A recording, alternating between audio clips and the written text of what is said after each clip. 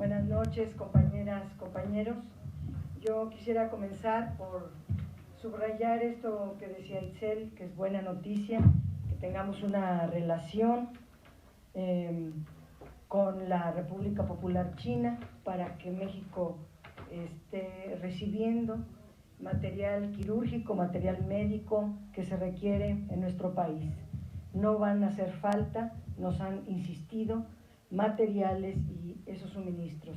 Hay que felicitar al secretario de Relaciones Exteriores por lograr estos acuerdos. También felicitar a la secretaria de de Energía por haber logrado que México no bajara la producción más allá de 100,000 barriles diarios de petróleo, porque estamos en un esfuerzo por levantar a Pemex, y quitarle la producción a Pemex significaría tanto como renunciar o descarrilar el proyecto de generar producción de petróleo siquiera para nuestras refinerías y poder ser productores de nuestra gasolina. Hay que felicitar entonces la firmeza, la postura de la secretaria Nale y al presidente por priorizar los intereses del país por encima de otro tipo de intereses. Una muy buena noticia se dio a conocer ayer, que la Secretaría de Salud y los principales hospitales privados del país firmaron un acuerdo de cooperación para hacer frente a la emergencia sanitaria de esta pandemia que estamos padeciendo. Es un acuerdo sin precedentes, un claro ejemplo de cooperación entre el sector privado y el sector público ante estos momentos críticos, y que con ello se puede contar con una mayor infraestructura para pues estar al pendiente si se agudizara la pandemia, como todo indica. También es un ejemplo o marca el camino que debería de hacerse con todos los sectores, partidos políticos, etcétera, en todos los frentes, en un momento excepcional que vivimos. Sin embargo, pues todos los días, a todas horas, en todos los medios, en todas las redes, a las derechas se ve que les surge un fracaso y andan sin descanso buscando la paja en el ojo ajeno y se niegan a ver la viga en el propio. No quieren ver, por ejemplo, cómo nos dejaron los servicios de salud después de 36 años consecutivos de recortes enormes al sistema de salud. No quieren ver los niveles de la deuda ni los niveles de sobrevivencia en que dejaron a la población y al 60% de trabajadores en la informalidad. Yo quisiera hacer un recuerdo de la estrategia que usó Calderón cuando se vino esta epidemia llamada AH1N1 en el 2008. En el 2008 ocurrió, y en México estalló muy fuerte, una crisis económica en el 2009 por la aparición de esta gripe, así llamada, una gripe conocida como H1N1. Algunos datos que son abundantes, pero déjenme darles algunos. En 2009, los ingresos públicos cayeron 1.5%, pero el gasto público aumentó 7.5%, una política muy diferente a la de hoy. Hoy no se gasta más de lo que se tiene, pero vamos a suponer, si se cayeron los ingresos 1.5%, ¿para qué subir 7.5%? Pero uno puede entender que es por la emergencia, porque se requiere más gasto, lo cual es comprensible. Sin embargo, la deuda aumentó 46%, subió de 2.5 billones a casi 4 billones, a 3.8 billones de pesos. Y como proporción del PIB pasó de 21% a 31.2%. Es decir, que el incremento de la deuda con Calderón fue de 1.203.000 millones de pesos, 3.6 veces más que la aprobada por el Congreso en 2009 en la Ley de Ingresos de la Federación. Pero además usó los fideicomisos, usó 106.000 millones de pesos de fideicomisos, tomó casi el 50% de los activos financieros del país, tomó 318.000 millones de pesos. Es decir, Felipe Calderón contó con 1.630.000 millones de pesos. Y con esto, pues se logró que aumentaran los ingresos en el 2010, fíjense, después de usar esta deuda y todos estos recursos, se logró aumentar los ingresos en 5.1%, el gasto siguió aumentando en 8% y la deuda volvió a aumentar ahora a 31.5%, usó 63.000 millones de pesos más de los fideicomisos y también volvió a usar los activos financieros en 123.000 millones de pesos. Esa crisis le costó al país 3 billones de pesos. Y ustedes dijeran, bueno, ¿en qué se usó 3 billones de pesos? Y un poco más por las cifras me concreto a estos 3 billones. Pues entre 2008 y 2010 el número de pobres se incrementó en 3.5 millones de pobres más y la extrema pobreza subió 4.9 millones de extremos pobres adicionales y se perdieron 441.000 empleos. ¿Fue exitosa su política? ¿Para quién? Ciertamente el país creció, pero se aumentaron los pobres y los pobres se hicieron más pobres. ¿Dónde está, y lo buscamos por todas partes, el éxito de esta política? Por cierto, quiero señalar, recordar que el día de hoy el presidente dijo que a partir del jueves se anunciará una estrategia hacia adelante. Se harán diagnósticos, proyecciones, estimaciones técnicas, ver cómo va la pandemia, sus escenarios, el momento en el que iniciará la recuperación económica, pero subrayó, y a eso voy, a que la recuperación económica no será de corte neoliberal, que en mayo, junio y julio habrá una fuerte inyección de recursos para los más pobres. Esto es lo que no acaban de entender, de asimilar, de asumir todas estas campañas negras que vemos a todas horas, durante todo el día, con todos los agoreros de la derecha. ¿Cuál es la política que está usando el gobierno actual?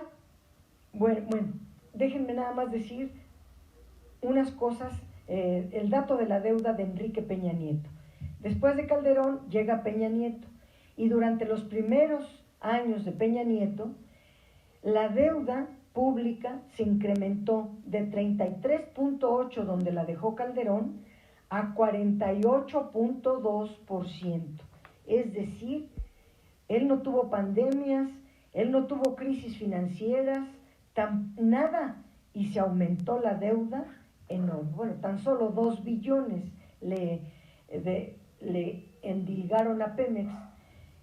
El incremento de la deuda trajo como consecuencia un aumento muy importante en el costo financiero de la deuda. ¿Quién paga este costo año con año? Todos los mexicanos. Pasó de 1.9 en que lo dejó Calderón a 2.7 en 2019 ya fue.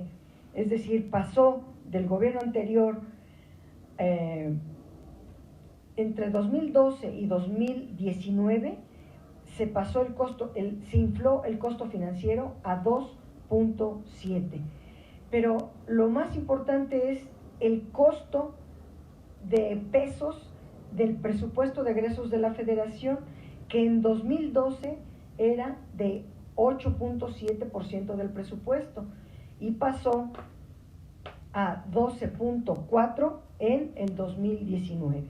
El paquete fiscal 2020 consideró un escenario ya imposible de ir bajando paulatinamente la deuda hasta llegar a 43.9 en 2024, que representara en el 2024 el 2.6 del PIB y el 12% de los ingresos.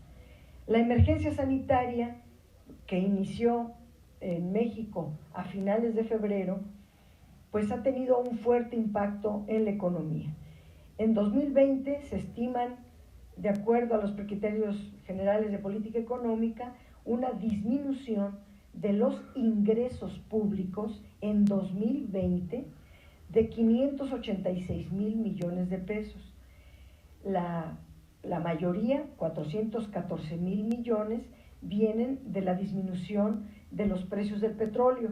Por eso es tan buena noticia y por eso hay que felicitar a Rocío Nale por haber logrado el inicio de la recuperación de los precios del petróleo. 289,000 millones vendrán para reponer este hoyo fiscal de 586,000 millones.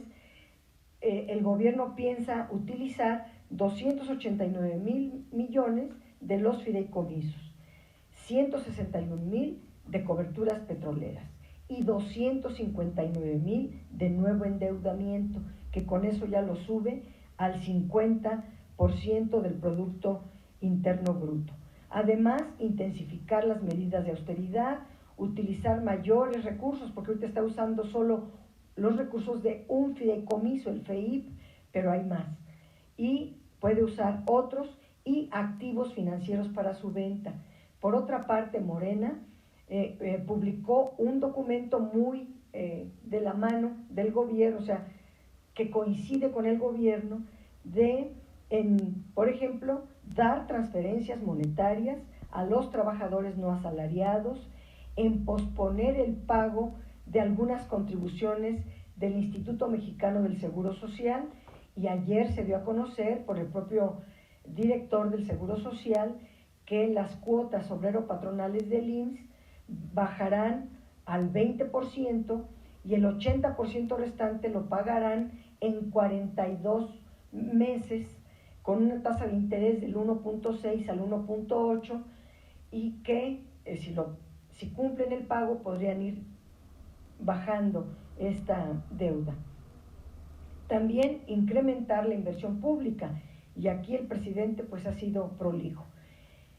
Habla también el documento de Morena de reducir al 50% las prerrogativas de los partidos políticos, de hacer recortes a los presupuestos tanto del Congreso Federal como de los congresos locales. Hay que ver varios congresos locales que viven en la opulencia y que no les ha llegado los llamados a la austeridad, ni siquiera la pandemia los ha sensibilizado.